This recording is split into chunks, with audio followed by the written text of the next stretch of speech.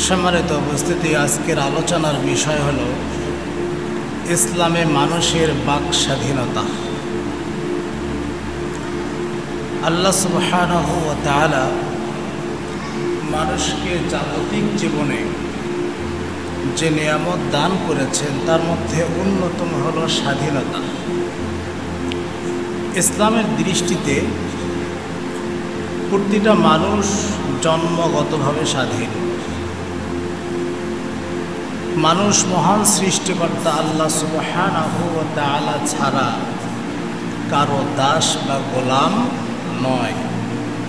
প্রত্যেক মানুষের স্বাধীনভাবে জীবনযাপন করার অধিকার ইসলাম দিয়েছে।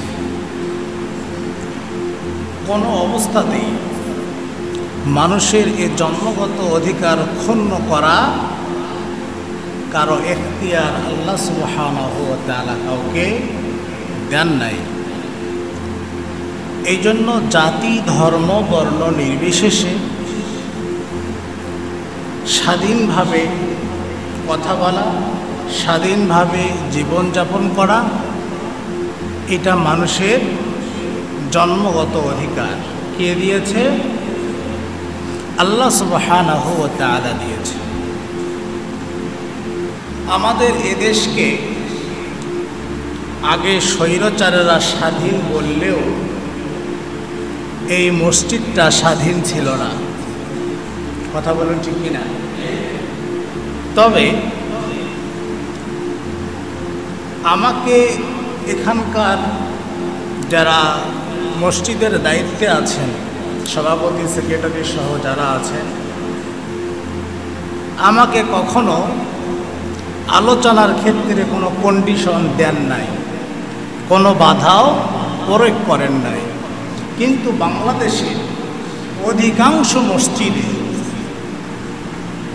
চোর, ডাকাত, সন্ত্রাস, ফেরাউনের উত্তরসূরিরা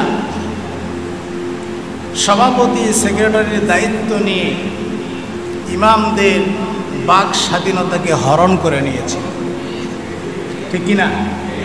তারা স্বাধীনভাবে কোরআন এবং হাদিসের কথাগুলো বলতে পারত না। মানুষ জন্মগতভাবে স্বাধীন, কিন্তু আল্লাহ সুবহানাহু ওয়া তাআলা এই পৃথিবীতে যত মাখলুক সৃষ্টি করেছেন, তার যত সৃষ্টি রয়েছে, মানুষ ব্যতীত যত সৃষ্টি আছে তাদের কোনো ব্যক্তির স্বাধীনতা নেই। আল্লাহ সুবহানাহু ওয়া তাআলা শুধু মানুষকেই এই স্বাধীনতা দিয়েছে। আমরা সবাই জানি যে আল্লাহর হুকুম ছাড়া গাছের পাতাও নড়ে না, কারণ তার স্বাধীনতা নেই। সূর্য ইচ্ছা করলেই পশ্চিম দিকে উদিত হতে পারবে না, কারণ এটা তার স্বাধীনতা নেই। চন্দ্র ইচ্ছা করলেই মাসের যে কোনো সময় পূর্ণিমা হতে পারে না, কারণ চন্দ্রের কোনো স্বাধীনতা নেই। মানুষ সকল সৃষ্টির শ্রেষ্ঠত্ব আল্লাহ সুবহানাহু ওয়া তাআলা দিয়ে মানুষকে স্বাধীন করে দিয়েছেন, মুক্ত করে দিয়েছেন। মানুষ ইচ্ছা করলে ভালো কাজ করতে পারে, ইচ্ছা করলে খারাপ কাজ করতে পারে। আল্লাহ সুবহানাহু ওয়া তাআলা পবিত্র কোরআনুল কারীমে ইরশাদ করেছেন যে মানুষকে আমি এমনভাবে স্বাধীন করেছি, স্বাধীনতা দিয়েছি যে মানুষ ইচ্ছা করলে আমার প্রতি ঈমান আনবে, ইচ্ছা করলে ঈমান আনবে না। এটা তার স্বাধীনতা। কিন্তু ভালো এবং মন্দকে জাস্টিফাই করার জন্য আমি মানুষকে বিবেক দিয়েছি। কি দিয়েছি? বিবেক দিয়েছি। যেই বিবেক মানুষ ব্যতীত অন্য কোনো সৃষ্টির মাঝে আল্লাহ সুবহানাহু ওয়া তাআলা দেন নাই।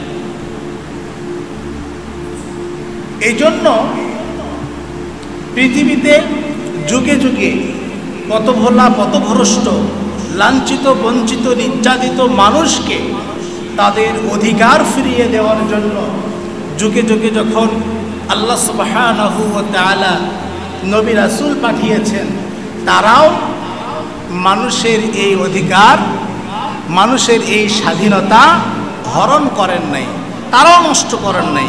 কারণ স্বাধীনতা মানুষের ব্যক্তির এবং মত প্রকাশের স্বাধীনতা যিনি দিয়েছেন তিনি কে? তিনি হচ্ছে আল্লাহ। 88 নম্বর সূরা 30 নম্বর পারা 13 নম্বর পৃষ্ঠা 6 নম্বর লাইন সূরা গাশিয়া 21 থেকে 22 নম্বর আয়াতে উল্লেখ করা হয়েছে, ফাযাক্কির ইন্নামা আনতা মুযাক্কির লাস্তা আলাইহিম বিমুসাইতির। আল্লাহ সুবহানাহু ওয়া তাআলা বলেন, ফাযাক্কির, হে রাসূল আপনি মানুষকে উপদেশ দিন, ওসিয়ত করুন। ইন্নামা আনতা মুযাক্কির, নিশ্চয়ই তুমি তো একজন উপদেশদাতা। রাসূল কি? একজন উপদেশ দাতা। কোনটা ভালো কোনটা মন্দ, কোনটা ন্যায় কোনটা অন্যায়, কোনটা সত্য কোনটা মিথ্যা, এটা মানুষকে রাসূল করিম সাল্লাল্লাহু আলাইহি ওয়াসাল্লাম সুন্দরভাবে পরিষ্কারভাবে জানিয়ে দিয়েছেন, উপদেশ দিয়েছেন। লাস্তা আলাইহিম বিমুসাইতির, আল্লাহ সুবহানাহু ওয়া তাআলা বলেন, হে রাসূল আপনি তো মানুষকে আক্রমণকারী নন। আপনার রেসপন্সিবিলিটি এটা নয় যে আপনি মানুষকে জোর করে জবরদস্তি করে হেদায়েতের পথে আনবেন, জবরদস্তি করে কোরআন শোনাবেন, এই দায়িত্ব আমি তোমাকে দেই নাই। তুমি মানুষকে শুধু উপদেশ দিবে, আর আমি মানুষকে জ্ঞান দিয়েছি, মানুষ সেটা দিয়ে ভালো এবং মন্দকে জাস্টিফাই করবে। সুতরাং আমি মানুষকে জন্মগতভাবে যে স্বাধীনতা দিয়েছি, এই স্বাধীনতা যেন তোমার দ্বারাই হস্তক্ষেপ না হয়। কিন্তু যুগে যুগে এই পৃথিবীতে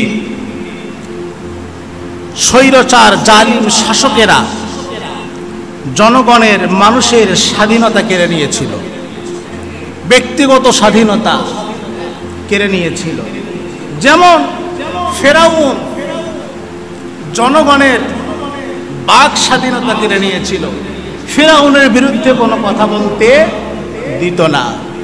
ফেরাউন মানুষের ভাতের স্বাধীনতা কেড়ে নিয়েছিল, ফেরাউন মানুষের চলাফেরার স্বাধীনতা কেড়ে নিয়েছিল, ফেরাউন মানুষের বাড়ির থাকার স্বাধীনতা কেড়ে নিয়েছিল। কথা বলুন ঠিক কিনা? যেমনটি করেছে আমাদের স্বৈরাচার বিগত সরকার, আমাদের এই সমস্ত স্বাধীনতা কেড়ে নেন নাই, নিয়েছেন। ফলে কি হয়েছে?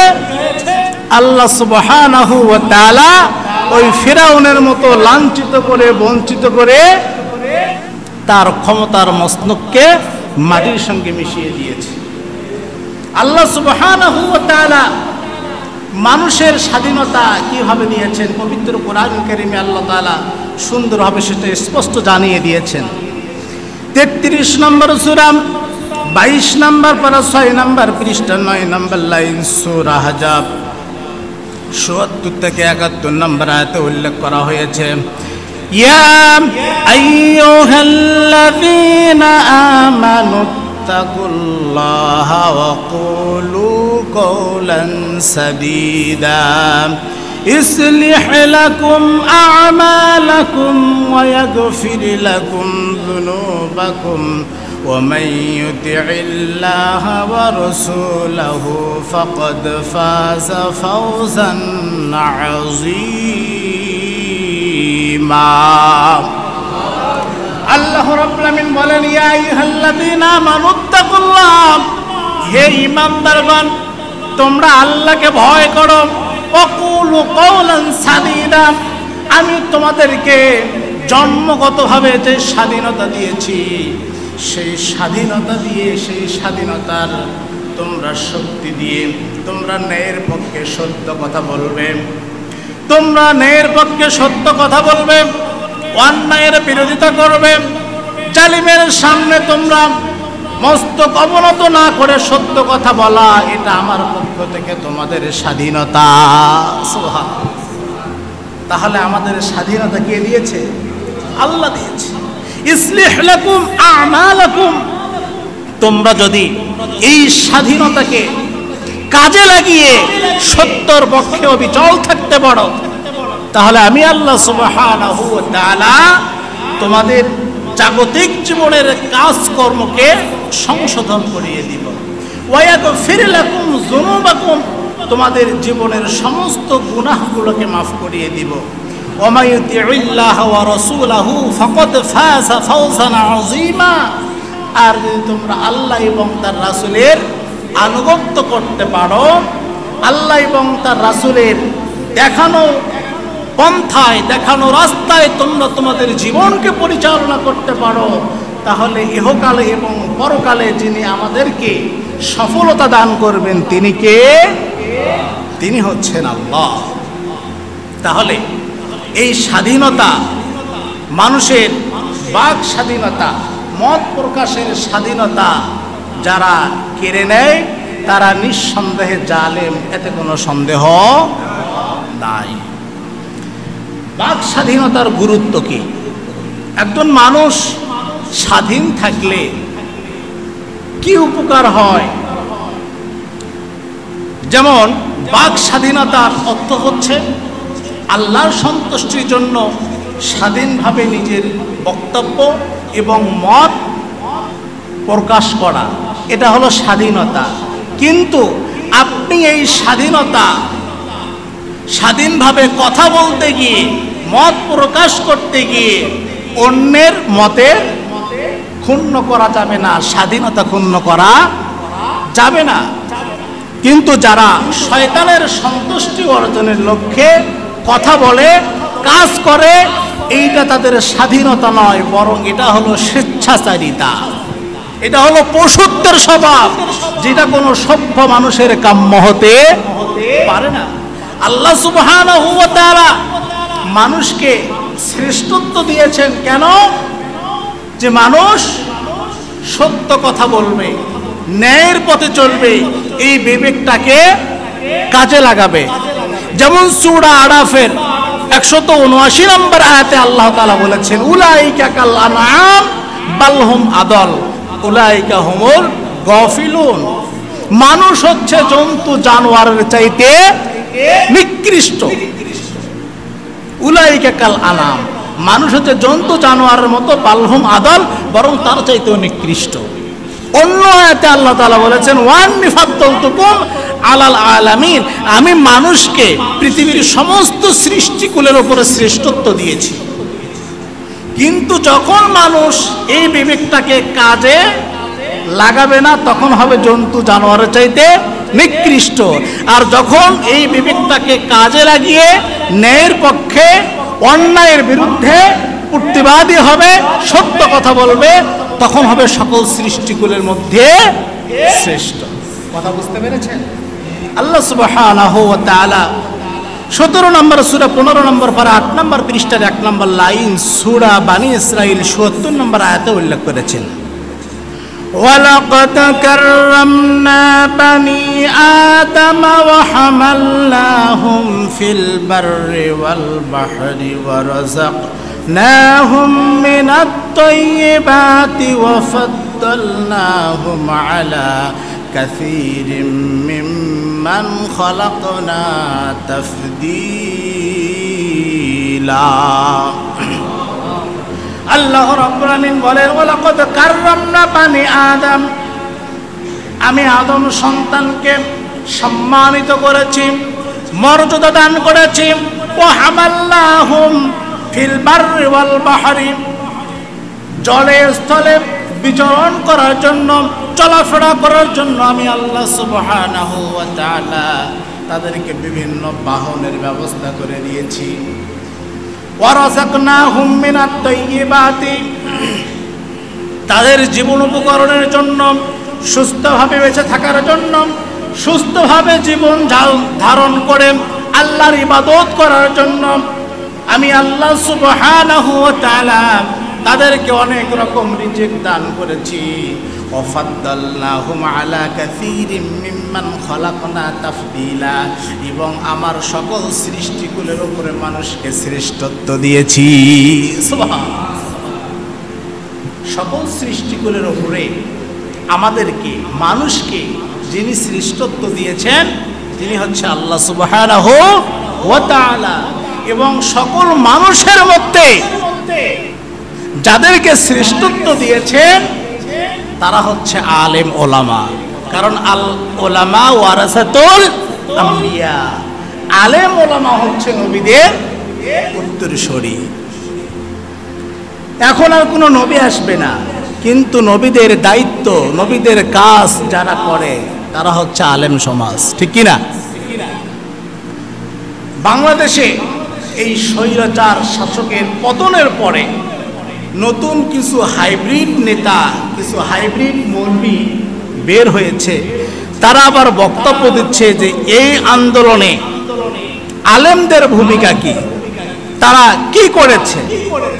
আজীব কথা, এই 15টি বছর বা 16 বছর আলেমরা মসজিদে, মাহফিলে, বিভিন্ন সেমিনারে, বিভিন্ন সিম্পোজিয়ামে তারাই তো মানুষকে এই জালিম সরকারের অপকর্মগুলো তুলে ধরে মানুষকে প্রতিবাদী করেছে, ঠিক কিনা? এই আলেম সমাজিত করেছে, যার কারণে এই হক কথা বলার কারণে আজকে অনেক আলেমকে রাজপথে জীবন দিতে হয়েছে, অনেক আলেমকে বছরের পর বছর কারাগারে জীবনযাপন করতে হয়েছে, অনেক আলেমকে ফাঁসির কাস্টে তারা শাহাদাতের তামান্না পিয়ালা পান করেছে, ঠিক কিনা? আলেমদের অবদান নেই মানে? আজকে কিছু মানুষ যুব সমাজকে, সাধারণ জনগণকে আলেম বিদ্বেষী বানাতে চায়। আসলে এই সমস্ত বক্তৃতা দিয়ে মানুষকে বিভ্রান্ত করা যাবে না।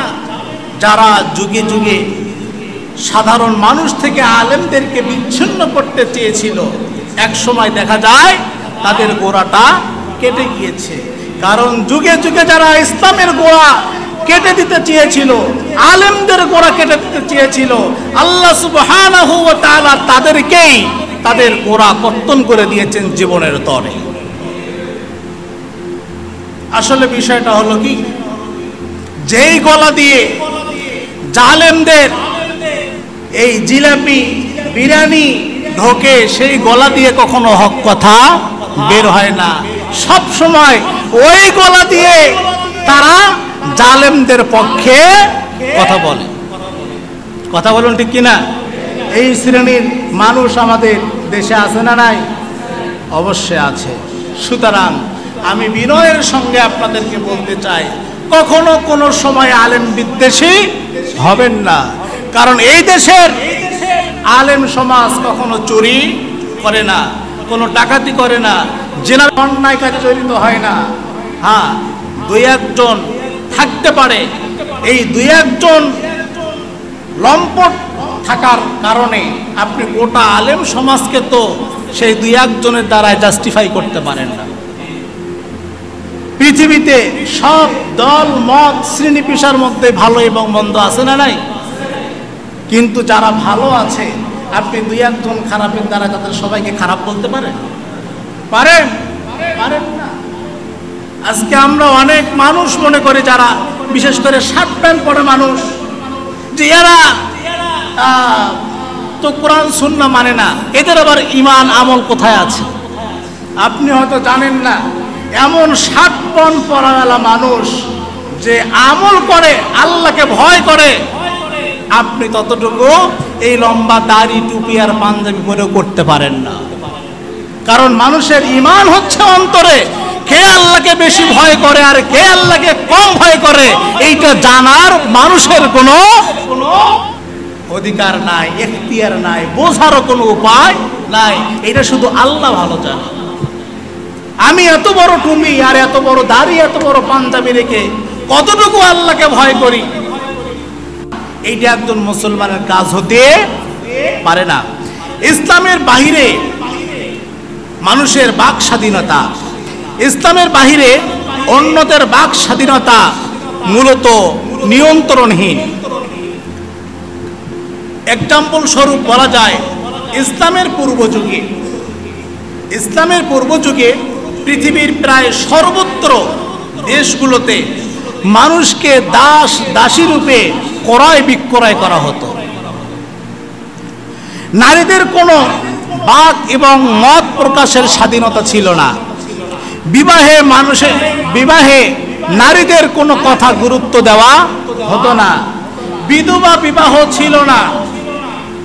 নারীরা অন্যায় অত্যাচার করার পরও একজন অত্যাচারী স্বামীকে ডিভোর্স দিতে পারত না, এই অধিকার ছিল না। নারীদের সম্পদের কোনো উত্তরাধিকার ছিল না। এমনকি হিন্দু সমাজে তাদের স্বামী মারা গেলে এই চলন্ত চিতায় জীবন্ত মানুষকে আগুনের মধ্যে নিক্ষেপ করে হত্যা করা হতো। কিন্তু ইসলাম আসার পরে আল্লাহ এই সমস্ত ঘৃণিত কাজগুলো ছুঁড়ে ফেলে দিয়ে ইসলাম সাধারণ মানুষ, ছোট বড়, সাদা কালো সব মানুষের অধিকার প্রতিষ্ঠিত করেছেন। সবার স্বাধীনতা দিয়েছেন, মত প্রকাশের স্বাধীনতা দিয়েছেন, বাক শক্তির স্বাধীনতা দিয়েছেন। কথা বলুন ঠিক কিনা? এইটা ইসলামের অবদান, এইটা আল্লাহর অবদান। কারণ আল্লাহ জন্মগতভাবেই মানুষকে স্বাধীনতা দিয়েছেন। দেখুন যে মানুষের স্বাধীনতা হরণ করা কতটা অন্যায় আর কতটা জুলুম। সহিহ বুখারী 2449 নম্বর হাদিসে উল্লেখ করা হয়েছে, ক্বালা রাসূল সাল্লাল্লাহু আলাইহি ওয়াসাল্লাম, মান কানাত লাহু মুসলিমাতুন লিআহাদিন মিন ইরদিহি আও শাইইন ফালয়াতাহাল্লাহু মিনাল ইয়াউম ইলা আখিরিল হাদিস। বিশ্বনবী মুহাম্মদ রাসূলুল্লাহ সাল্লাল্লাহু আলাইহি ওয়াসাল্লাম বলেছেন যে তোমাদের কোনো ভাই অপর ভাইয়ের যদি সম্মানের হানি করে, তার উপর জুলুম নির্যাতন করে, সে যেন সেই দিন আসার পূর্বে তার কাছ থেকে মাফ চেয়ে নেয়, যেই দিন কোনো টাকা পয়সা থাকবে না, কোনো ক্ষমতা কাজে লাগবে না, কোনো প্রতিদান দেওয়া যাবে না। আজকে জীবিত অবস্থায় যদি কোনো ভাই কোনো ভাইয়ের অন্যায় জুলুম মাফ চেয়ে নিতে না পারে, কিয়ামতের দিন আল্লাহ সুবহানাহু ওয়া তাআলা এর বদলা স্বরূপ এই যে ব্যক্তি জুলুম করেছে, মান সম্মান ইজ্জত নষ্ট করেছে, এই ব্যক্তির আমলনামা থেকে এই প্রতিপক্ষকে প্রতিদান দেওয়া হবে। যদি তার জীবনের সৎ কোনো আমল না থাকে, এই প্রতিপক্ষের জীবনের সমস্ত গুণাগুলো এই ব্যক্তির উপরে চাপিয়ে দিয়ে জাহান্নামে নিক্ষেপ করা হবে। বলেন নাউজুবিল্লাহ। তাহলে মানুষের উপর স্বাধীনতা হরণ করে তাদের মান সম্মান ইজ্জত এগুলো নষ্ট করা যাবে? বলেন যাবে? জুলুম নির্যাতন করা যাবে? যাবে না। এইটা ইসলাম কঠিনভাবে নিষেধ করেছেন। 5 নম্বর সূরা 6 নম্বর পারা 12 নম্বর পৃষ্ঠার 1 নম্বর লাইন সূরা মাইদা 32 নম্বর আয়াতে উল্লেখ করা হয়েছে, মান কাতালা নাফসান বিগাইরি নাফসিন আও ফাসাদিন ফিল আরদি ফাকান্নামা কাতালান নাসা জামিআ ওয়া মান আহইয়াহা ফাকান্নামা আহইয়ান নাসা জামিআ। আল্লাহ তাআলা বলেন, মান কাতালা নাফসান বিগাইরি নাফসিন। আল্লাহ সুবহানাহু ওয়া তাআলা বলেছেন যে হত্যাকৃত অপরাধ ব্যতীত যদি কোনো ব্যক্তি কোনো ব্যক্তিকে হত্যা করে, তাহলে দুনিয়ার সমস্ত মানুষকে হত্যা করা যে পাপ, একজন ব্যক্তিকে হত্যা করা ঠিক সেই পাপ। কথা বুঝতে পেরেছেন? কিন্তু বিগত সরকার এই দেশে কি করেছে? হাজার হাজার নিরপরাধ, নির্দোষ, নিষ্পাপ শিশু, আলেম, সাধারণ জনগণ এবং ছাত্রদেরকে গুলি করে হত্যা করেছে। এটার কি হবে?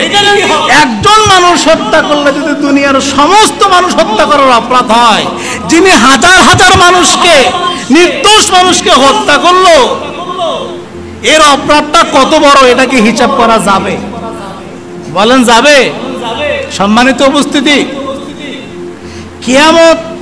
কিয়ামতের পরে জান্নাত জাহান্নাম এত লং সময় কেন, অনন্তকাল কেন জানেন? অনন্তকাল হওয়ার একটা কারণ হচ্ছে যেমন একজন মানুষ হত্যা করলে, এক্সাম্পল স্বরূপ বলছি, ধরেন 10 বছর জেল। কয় বছর? 10 বছর জেল হবে। তাহলে একজন মানুষ হত্যা করলে 10 বছর জেল হবে। সেই 10 বছর পরকালীন সময়টা যদি ধরেন জাহান্নামের সময়টা যদি এক্সাম্পল স্বরূপ বলছি 100 বছরের জন্য হয়, তাহলে যে মানুষ 10 জন মানুষকে হত্যা করেছে তাহলে 10 10 100, 100 বছর। 100 বছর 10 জন মানুষের সাজা হয়ে গেল। কিন্তু যে ব্যক্তিটা 200 মানুষ হত্যা করেছে তার সাজাটা কিভাবে হবে? তার সাজা কিভাবে হবে? তার সাজা কি দেওয়া যাবে? যাবে না। কিন্তু আল্লাহ সুবহানাহু ওয়া তাআলা জান্নাত এবং জাহান্নামটা অনন্তকাল এজন্য দিয়েছেন, যারা হাজার হাজার মানুষকে হত্যা করেছে তাদের শাস্তি যেন এই লং সময় ধরে আল্লাহ দিতে পারে। কথা বুঝতে পেরেছেন? কারণ এই জালিম সরকারের এত 2-4 হাজার বছরের শাস্তি শেষ করতে পারবে না। শেষ করতে পারবে কি? কারণ একজন মানুষ হত্যা করলে যদি দুনিয়ার সমস্ত মানুষ হত্যা করা সমতুল্য পাপ হয়, কিন্তু এই জালেম সরকার নিরপরাধ হাজার হাজার মানুষ হত্যা করেছে। তাহলে এর শাস্তি দেওয়ার জন্য লং টাইমের প্রয়োজন আছে না? এই জন্যই আল্লাহ সুবহানাহু ওয়া তাআলা অনন্তকাল জান্নাত এবং জাহান্নামের ব্যবস্থা করে দিয়েছে। ফাকান্নামা ক্বাতালান নাস জামিয়া ওয়া মান আহইয়াহা ফাকান্নামা আহইয়ান নাস জামিয়া। এরপরে আল্লাহ সুবহানাহু ওয়া তাআলা বলেছেন, যে ব্যক্তি একজন মানুষের জীবন রক্ষা করলো সে যেন দুনিয়ার সমস্ত মানুষের জীবন রক্ষা করলো। একজন মানুষের জীবন যদি আপনি বাঁচান তাহলে দুনিয়ার সমস্ত মানুষের জীবন বাঁচানোর সব আল্লাহ আপনার আমলনামায় লিপিবদ্ধ করে দিবেন। কিন্তু দুঃখজনক হলেও সত্য, আমরা সোশ্যাল মিডিয়ার মাধ্যমে দেখতে পেরেছি, এই যে মুগ্ধ নামক একটা ছেলে যখন এই আন্দোলনের মধ্যে পানি পানি বলে চিৎকার করতে লাগলো, কার পানি লাগবে, কার পানি লাগবে, দেখেন নাই? অথচ যেই ছেলেটা মানুষের জীবন বাঁচানোর জন্য পানি বিতরণ করতে লাগলো, অথচ এই জালিম সরকারের পেটুয়া পুলিশ বাহিনী তাকে হত্যা করে মেরে ফেলল। চিন্তা করেন, আজকে কিছু মানুষের মায়া কান্না আসে যে অনেক থানায় কিছু পুলিশ হত্যা করেছে, অনেক জায়গায় পুলিশের উপর আক্রমণ করেছে। আমি তাদেরকে বলতে চাই, যেই পুলিশ বাহিনী হাজার হাজার মানুষকে গুলি করে হত্যা করলো, এই আয়নাঘর নামক দৃশ্যটা তো আপনারা সোশ্যাল মিডিয়ায় দেখেছেন। আহা, এটা কি? এটা কোন জায়গা? এই আয়নাঘর, যেখানে মানুষকে মাসের পর মাস, বছরের পর বছর চোখ বেঁধে, হাতে হ্যান্ডকাপ পরে, পায়ে ডান্ডা বেরি পরে রেখেছিল। কোনো আলোর ব্যবস্থা নাই, কোনো ফ্যানের ব্যবস্থা নাই। দিনে খাবার আবার একবার, সে খাবার আবার স্বাস্থ্যসম্মত নয়। আপনি একবার চিন্তা করেন, ওই আয়না ঘরের এক লোক বিবৃতি দিল যে আমাকে যদি কেউ বলতো তোমাকে আয়না ঘরে একদিন রাখা হবে অথবা তার শাস্তি স্বরূপ তোমাকে জেলখানায় 1 বছর রাখা হবে, আমি জেলখানার 1 বছরই বেছে নেব। কারণ আয়না ঘরের এত কষ্ট, এইটা একজন জীবন্ত মানুষ সহ্য করার মতো না। এগুলো দেখে আপনাদের মায়া কান্না আসে না? 2-4টা পুলিশ মারা গেছে, এটা খুব খারাপ লাগছে। আসলে পুলিশ মরুক আর সাধারণ জনগণ মরুক, এটাই ইসলাম সাপোর্ট করে না, আমিও সাপোর্ট করি না। কেন পুলিশ মরবে আর কেন সাধারণ মানুষ মরবে? এইটা মুসলমানের কাজ হতে পারে না। এটা অবশ্যই নিকৃষ্ট এবং ঘৃণিত কাজ। সুতরাং এই সমস্ত কাজ যারা করছে, ইতিহাস সাক্ষী হয়ে থাকবে কিয়ামত পর্যন্ত। এই ইতিহাস মানুষ ভুলে যাবে না, এই ইতিহাস মানুষ ভুলে যাবে না। আসলে ইসলামের বাক স্বাধীনতা, এইটা মানুষের জন্মগত অধিকার। যখনই এই বাক স্বাধীনতা কেড়ে নিয়ে জনগণের ওপর জালিমরা জুলুম আর নির্যাতনে নিষ্পেষণ করতে গিয়েছে, আল্লাহ সুবহানাহু ওয়া তাআলা তখনই তাদেরকে ধ্বংস করে দিয়েছে। ইসলামে মানুষের ব্যক্তি ও স্বাধীনতা এবং জন্মগত অধিকার,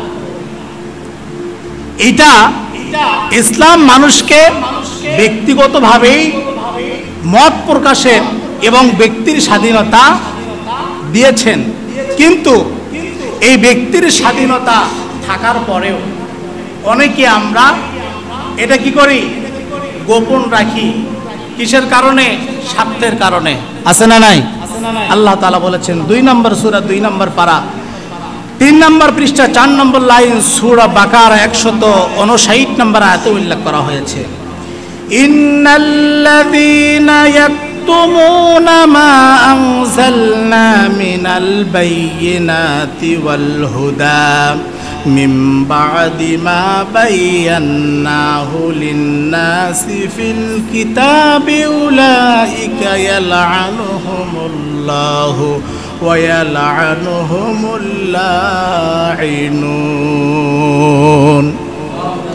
আল্লাহ রাব্বুল আলামিন বলেন, ইন্নাল্লাযীনা ইয়াকতুমুনা মা আনজালনা মিনাল বায়্যিনাতি ওয়াল হুদা, আমি পবিত্র কোরআনুল কারীমে মানুষের হেদায়েতের জন্য যা কিছু দিক নির্দেশনা অবতীর্ণ করেছি, নাজিল করেছি, মিন বা'দি মা বায়্যানাহু লিন-নাসি ফিল কিতাব, এটা যারা গোপন রাখে, সত্য কথা বলে না, স্বার্থের কারণে, সুবিধার কারণে, চাকরির ভয়ে, আছে না নাই?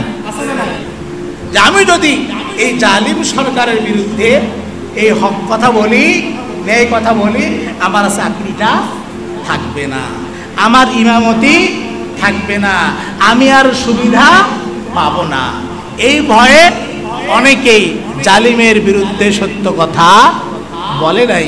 আল্লাহ বলছে উলাইকা ইয়ালআনুহুমুল্লাহ, এদের উপর রয়েছে আল্লাহর লানত, আল্লাহর গজব, ওয়া ইয়ালআনুহুমুল লাঈনুন, এবং যারা লানত প্রাপ্ত তারাও এদের উপর লানত করে। বলেন নাউজুবিল্লাহ।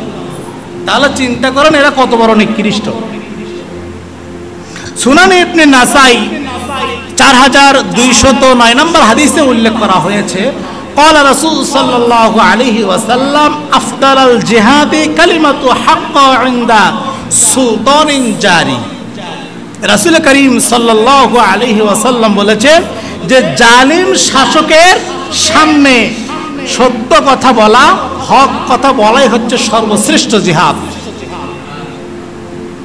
যেই জিহাদ করতে গিয়ে হাজার হাজার আলেম ওলামা বছরের পর বছর কারাগারে থাকতে হয়েছে, ঠিক কি না? কে করেছে? আলেম সমাজ করেছে। আজকে ব্যক্তির মত স্বাধীনতা, মত প্রকাশের এই বাক স্বাধীনতা হরণ করার কারণে মানুষ সত্য কথা বলতে পারত না। আপনারা অবশ্যই দেখেছেন গত রমজান মাসে ঢাকা বিশ্ববিদ্যালয়ে কিছু ছাত্র কলেজ ক্যাম্পাসে কোরআন তেলাওয়াত করতেছিল। একজন শিক্ষক এই কোরআন তেলাওয়াত ছাত্ররা ঢাকা বিশ্ববিদ্যালয়ে কেন করলো সেই কারণে তাদেরকে শোকেস করা হয়েছে এবং বিভিন্নভাবে হয়রানির শিকার করা হয়েছে। কিন্তু গত সোমবারের দিন ওই সমস্ত ছাত্ররা ওই শিক্ষকের রুমে গিয়ে তাকে কোরআন তেলাওয়াত করে শুনিয়েছেন। বলেন সুবহানাল্লাহ। কোরআন তেলাওয়াত করে শুনে শুধু ক্ষান্ত হন নাই, তার সঙ্গে তাকে নিয়ে দোয়া করেছেন। কিন্তু কিছু নিকৃষ্ট সাংবাদিক কর্মী তারা বলেছে জোর করে মানুষকে কোরআন শোনানো এটা ঠিক নয়, এটা জবরদস্তি করা হয়েছে। চিন্তা করেন এটা কত বড় নাস্তিক আর নিকৃষ্ট মনের মানুষ। জোর করে যদি কোনো হিন্দুকে, খ্রিস্টানকে, অন্য ধর্মের মানুষকে কোরআন শোনাতো তাহলে ধরে নিলাম এটা না হয় জুলুম হয়েছে, কিন্তু একজন মুসলমানকে কোরআন শোনানোটাও নাকি এটা মানবাধিকার লঙ্ঘন। চিন্তা করেছেন? এই সমস্ত সাংবাদিক কর্মীরা এই আয়না ঘরের তথ্য কখনো তুলে ধরে নাই, বিডিআর হত্যা, পিলখানার হত্যা এটা কখনো তুলে ধরে নাই, সাগররণীর হত্যার কাহিনী তুলে ধরে নাই। হাজার হাজার মানুষ, নিরীহ মানুষকে হত্যা করেছে, জেলখানায় বন্দী করেছে, সেই ইতিহাস কখনো তুলে ধরার সাহস পায় নাই। উনি তুলে ধরেছে যে জোর করে একজন মুসলমানকে কোরআন শুনিয়েছে, এটা নাকি মানবতা লঙ্ঘন। চিন্তা করেছে? সম্মানিত উপস্থিতি, যারা আজকে সংবাদকর্মী, আমরা তাদেরকে জাতির বিবেক বলে থাকি, ঠিক কিনা? কিছু সংবাদকর্মী এবং কিছু সুবিধাধারী আলেম আজকে হক কথা এই জালিম সরকারের সামনে নিজের স্বার্থের কারণে, সুবিধার কারণে বলতে পারে নাই। আল্লাহ সুবহানাহু ওয়া তাআলা তাদের প্রসঙ্গে কি বলেছেন দেখুন। 2 নম্বর সূরা 2 নম্বর পারা 5 নম্বর পৃষ্ঠা 3 নম্বর লাইন সূরা বাকারা 174 নম্বর আয়াতে উল্লেখ করা হয়েছে, ইন্নাল্লাযীনা ইয়াকতুমুনা মা আনজালাল্লাহু মিনাল কিতাবি ওয়া ইয়াশতারুনা বিহি সামানান কলিলা উলাইকা মা ইয়াকুলুনা ফি বুতুনিহিম ইল্লান নারা ওয়ালা ইউকাল্লিমুহুমুল্লাহু ইয়াওমাল কিয়ামাতি ওয়ালা ইউযাক্কিহিম ওয়ালাহুম আযাবুন আলীম। আল্লাহ রাব্বুল আলামিন বলেছেন, ইন্নাল্লাযীনা ইয়াকতুমুনা মা আনজালাল্লাহু মিনাল কিতাব, আমি আল্লাহ সুবহানাহু ওয়া তাআলা পবিত্র কোরআনুল কারীমে যেই সমস্ত দিক নির্দেশনা নাজিল করেছি, যেই বিষয়গুলো নাজিল করেছি, এগুলো যারা অর্থের কারণে, স্বার্থের কারণে, সুবিধা পাওয়ার কারণে গোপন রেখেছে, ওয়ায়াশতারুনা বিহি সামানান কলিলা, দুনিয়ার সামান্য সুবিধার জন্য, উলাইকা মা ইয়াকুলুনা ফি বুতুনিহিম ইল্লান নারা, তারা যেন তাদের পেটে আগুন ছাড়া আর অন্য কিছু প্রবেশ করায়নি। ওয়ালা ইউকাল্লিমুহুমুল্লাহু ইয়াওমাল কিয়ামাতি, কিয়ামতের দিন আল্লাহ সুবহানাহু ওয়া তাআলা এই সমস্ত ব্যক্তিদের সঙ্গে কথা বলবে না। ওয়ালা ইউযাক্কিহিম, তাদেরকে পবিত্র করবেন না। ওয়ালাহুম আযাবুন আলীম, তাদের জন্য রয়েছে কঠিন ও যন্ত্রণাদায়ক শাস্তি। বলেন না? আজকে কিছু কিছু আলেম সমাজ নিজের জীবন বাজি রেখে কেন জালিমের বিরুদ্ধে হক কথা বলেছে? এই কারণেই বলেছে, আজকে যদি দুনিয়ার সামান্য সুখ শান্তি ভোগ বিলাসের কারণে আমরা হক কথা বলা থেকে দূরে থাকি, কিয়ামতের দিন আমাদের অনন্তকালের জন্য যিনি জাহান্নামে নিক্ষেপ করবেন, তিনি কে? দুনিয়ার শাস্তি ভালো না পরকালের শাস্তি ভালো? দুনিয়ার শাস্তি সহজ না পরকালের শাস্তি সহজ?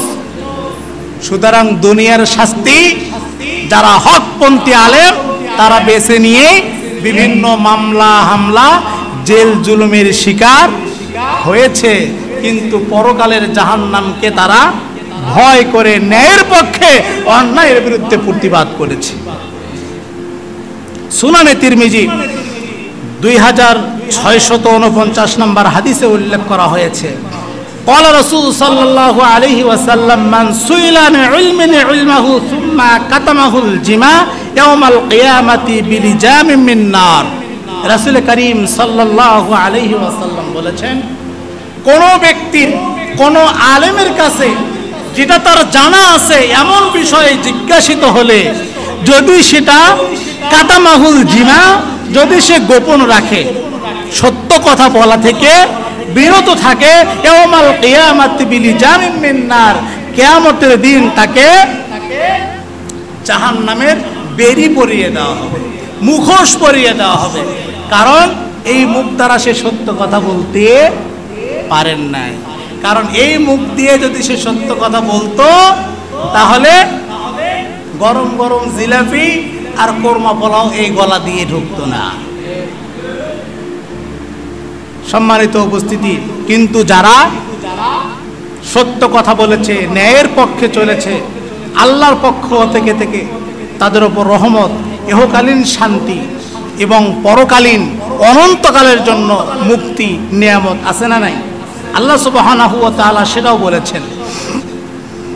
সুনানে আবু দাউদ 3641 নম্বর হাদিসে উল্লেখ করা হয়েছে, ক্বালা রাসূল সাল্লাল্লাহু আলাইহি ওয়াসাল্লাম ওয়া ইন্নাল আলিমা ইস্তাগফিরু লাহু মান ফিস সামাওয়াতি ওয়া মান ফিল আরদি ওয়াল হিয়াতান। বিশ্বনবী মুহাম্মদ রাসূলুল্লাহ সাল্লাল্লাহু আলাইহি ওয়াসাল্লাম বলেছেন, নিশ্চয় ওই সমস্ত আলেম যারা জালেমের চোখ রাঙানোকে ভয় না করে সত্যের পক্ষে, ন্যায়ের পক্ষে, অন্যায়ের বিরুদ্ধে সত্য কথা বলেছে, জালিমদের অন্যায়গুলো তুলে ধরেছে, আসমান এবং জমিনের মধ্যে যত সৃষ্টি রয়েছে সমস্ত সৃষ্টি তাদের জন্য দোয়া করে এবং ক্ষমা প্রার্থনা করে। সুবহানাল্লাহ। যারা যে সমস্ত মাছ পুকুরে, খালে, বিলে, সমুদ্রে বিচরণ করে তারাও এই সমস্ত আলেমের জন্য আল্লাহর কাছে দোয়া করে এবং ক্ষমা চায়। সুবহানাল্লাহ বলবেন না? তাহলে হক কথা বলা, সত্য কথা বলা, আল্লাহর যে বাক স্বাধীনতা আমাদেরকে দিয়েছেন, এই বাক স্বাধীনতাকে সঠিকভাবে প্রয়োগ করলে আল্লাহর পক্ষ থেকে রহমত আছে না? হয়তো জালিমদের সাময়িক কিছু জুলুম নির্যাতনের শিকার হওয়া লাগতে পারে, কিন্তু আল্লাহর পক্ষ থেকে ইহকালে এবং পরকালে কল্যাণ রয়েছে। 63 নম্বর সূরা 28 নম্বর পারা 14 নম্বর পৃষ্ঠা 9 নম্বর লাইন সূরা মুনাফিকুন 8 নম্বর আয়াতে উল্লেখ করা হয়েছে, ওয়ালিল্লাহিল ইজ্জাতু ওয়ালিরাসূলিহি ওয়ালিল মুমিনিনা ওয়ালাকিন্নাল মুনাফিকিনা লা ইয়ালামুন। আল্লাহ সুবহানাহু ওয়া তাআলা বলেন, ওয়ালিল্লাহিল ইজ্জাতু ওয়ালিরাসূলিহি, সবচেয়ে ইজ্জত সম্মান আল্লাহ এবং তার রাসূলের, ওয়ালিল মুমিনিনা, এবং ওই সমস্ত মুমিনদের, ওই সমস্ত আলেমদের যারা ন্যায়ের পক্ষে কথা বলেছে, যারা হক কথা বলেছে, যারা জালিমদের জুলুম আর নির্যাতন জাতির সামনে তুলে ধরে জাতিকে সতর্ক করেছে, তারাই হচ্ছে সম্মানিত এবং শ্রেষ্ঠ। ওয়ালাকিন্নাল মুনাফিকিনা লা ইয়ালামুন, কিন্তু মুনাফিকরা এটা জানে না। কিছু সুবিধাধারী মুনাফিক রয়েছে, যখন যেদিকে বৃষ্টি হয় তখন সেই দিকে ছাতা ধরে। আছে না নাই? যখন জালিমরা ক্ষমতায় ছিল তখন এরা কথা বলেন নাই, কিন্তু ক্ষমতা শেষ দেখবেন যে এরাই মনে হয় আন্দোলনের প্রথম সারিতে ছিল। এরকম কিছু লোক আছে না? আছে। এরাই হচ্ছে সেই মুনাফিক। সম্মানিত উপস্থিতি, আসলে দেখুন, এই হাদিসটা বলে শেষ করে দিব। সাহাবায়ে কেরামদের সময় বাক স্বাধীনতা কিভাবে প্রকাশ করেছে। অর্ধ পৃথিবীর শাসক হযরত ওমর রাদিয়াল্লাহু তাআলা আনহু একদিন মসজিদের মিম্বরে দাঁড়িয়ে বক্তব্য দিচ্ছেন। এমন সময় একজন জীর্ণ শীর্ণ গরিব সাহাবী দাঁড়িয়ে গেলেন, ডাক দিয়ে বললেন, হে আমিরুল মুমিনিন, আমরা আপনার বক্তব্য শুনবো না, আমরা আপনার বক্তব্য শুনবো না। আমিরুল মুমিনিন স্তব্ধ হয়ে গেলেন, অ্যাস্টোনিশ হয়ে গেলেন। কেন? কি কারণে? তখন ওই সাহাবী বললেন যে আমরা সরকারি কোষাগার থেকে ছোট্ট একটা কাপড় পাঞ্জাবি বানানোর জন্য পেয়েছি, আর আপনার গায়ে এত বড় জুব্বা আসলো কি করে? চিন্তা করেন, অর্ধ পৃথিবীর শাসক একজন জীর্ণ শীর্ণ সাহাবী সেই অর্ধ পৃথিবীর শাসককে প্রশ্ন করেছে, আমাদের পাঞ্জাবিটা এত খাটো, আপনার পাঞ্জাবিটা এত লম্বা কেন? আপনি কি এই জালিম সরকারকে এই কথা বলতে পেরেছেন কখনো? আপনি না খেয়ে মারা যান, কোনো আফসোস নাই, উনি শত কোটি টাকার মালিক, এই কথা বলতে পেরেছেন? ওনার গাড়ি বাড়ি টাকা পয়সার কোনো অভাব নাই, কিন্তু এমনও মানুষ রাত কাটানোর জন্য তার উপরে মাথায় একটা ছায়াও নাই। এই ব্যক্তি কখনো ওর বিরুদ্ধে কথা বলতে পেরেছে? যখনই কথা বলেছে তখনই তাকে আয়না ঘরে যেতে হয়েছে, ঠিক কিনা? তো এই জীর্ণ শীর্ণ সাহাবী যখন হযরত ওমর রাদিয়াল্লাহু তাআলা আনহুকে প্রশ্ন করলেন যে আপনার পাঞ্জাবি এত বড়, আমাদের পাঞ্জাবি ছোট, কারণ কি? তখন ওমর রাদিয়াল্লাহু তাআলা আনহুর সন্তান দাঁড়িয়ে বললেন যে আমার পিতা অর্ধ পৃথিবীর শাসক, আমি জনগণের মতো আপনাদের মতো সরকারি কোষাগার থেকে আমি একটা পাঞ্জাবির কাপড় পেয়েছিলাম। যেহেতু তিনি অর্ধ পৃথিবীর শাসক, তার এত ছোট পাঞ্জাবি মানায় না, সুতরাং আমার পাঞ্জাবির কাপড়টা আমি আমার বাবাকে দিয়েছি। সুতরাং আমার বাবার পাঞ্জাবির কাপড় আর আমার পাঞ্জাবির কাপড় একত্রিত করে আমার বাবা লম্বা একটা জুব্বা বানিয়েছে। সুবহানাল্লাহ। আসতে পারেন, চিন্তা করেছেন? আজকে যারা ক্ষমতায় আসে তাদের গাড়ি বাড়ি টাকা পয়সা ধন সম্পদের কোনো হিসাব নেই। আপনার পরনে লুঙ্গি আছে না নাই এটা তাদের কোনো দেখার দরকার নাই। কোনোদিন বলতেও পারবেন না, কোনোদিন বলতে পারবেন না। বললেই জুলুম আর নির্যাতন ছিল কি না? অবশ্যই ছিল। সম্মানিত উপস্থিতি, এই জন্য যুগে যুগে জালিম শাসক গোষ্ঠী যখনই জনগণের বাক স্বাধীনতা নিয়ে তামাশা করেছিল, হরণ করেছিল, আল্লাহ সুবহানাহু ওয়া তাআলা তখনই তাদেরকে দুনিয়া থেকে মুলুটপাটিত করে দিয়েছেন, ধ্বংস করে দিয়েছেন, গায়েব করে দিয়েছেন। সুতরাং পারিবারিকভাবে, সামাজিকভাবে, রাষ্ট্রীয়ভাবে নিজের ক্ষমতা শক্তি দাপট দেখিয়ে কারো স্বাধীনতা, মত প্রকাশের স্বাধীনতা হরণ করতে যাবেন না, করার চেষ্টা করবেন না। যখনই করবেন তখনই আপনার উপর গজব আল্লাহর পক্ষ থেকে অলরেডি চলে আসবে। আল্লাহ সুবহানাহু ওয়া তাআলা আমাদের সকলকে যেই যেখানে যেই দায়িত্বে রয়েছে, সেটা পারিবারিক হোক, সামাজিক হোক, রাষ্ট্রীয় হোক, যারা দায়িত্বশীল ব্যক্তি তারা যেন এই দায়িত্বের জায়গায় থেকে জনগণের বাক স্বাধীনতা, মত প্রকাশের স্বাধীনতার মতো দুঃসাহস না করি এবং তাদের স্বাধীনতা হরণ না করি। আল্লাহ সুবহানাহু ওয়া তাআলা আমাদের সকলকে যেন সেই তৌফিক দান করেন। বলেন আমিন।